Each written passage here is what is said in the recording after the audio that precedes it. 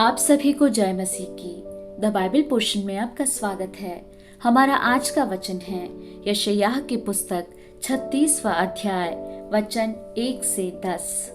हिजकिय्याह राजा के 14वें वर्ष में अश्शूर के राजा सन्हेरिब ने यहूदा के सब गढ़ वाले नगरों पर चढ़ाई करके उनको ले लिया। अश्शूर के राजा ने रबशाके को बड़ी सेना देकर लाकीश से यरूशलेम के पास हिजकिय्याह राजा के विरुद्ध भेज दिया और वह उत्तरी पोखरे की नहर के पास धोबियों के खेत की सड़क पर जाकर खड़ा हुआ।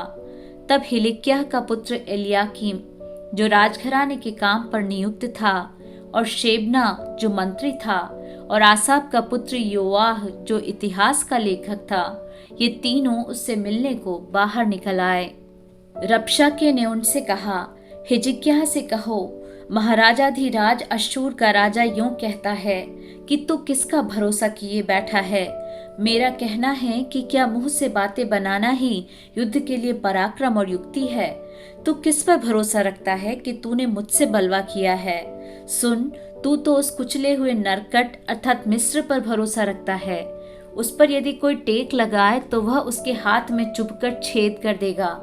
मिस्र का राजा फिरौन उन सबके साथ ऐसा ही करता है जो उस पर भरोसा रखते हैं। फिर यदि तू मुझसे कहे कि हमारा भरोसा अपने परमेश्वर यहोवा पर है, तो क्या वह वही नहीं जिसके ऊंचे स्थानों और वेदियों को ढाकर हिजकिय्याह ने यहूदा और यरूशलेम के लोगों से कहा कि तुम इस वेदी के सामने दंडवत किया करो। इसलिए अब मेरे स्वामी अश्शूर के राजा के साथ वाचा बांध, तब मैं तुझे 2000 घोड़े दूंगा यदि तू उन पर सवार चढ़ा सके। फिर तू रथों और सवारों के लिए मिस्र पर भरोसा रखकर मेरे स्वामी के छोटे से छोटे कर्मचारी को भी कैसे हरा सकेगा। क्या मैंने यहोवा के बिना कहे इस देश को उजाड़ने के लिए चढ़ाई की है? यहोवा ने मुझसे कहा है, उस देश पर चढ़ाई करके उसे उजाड़ दे।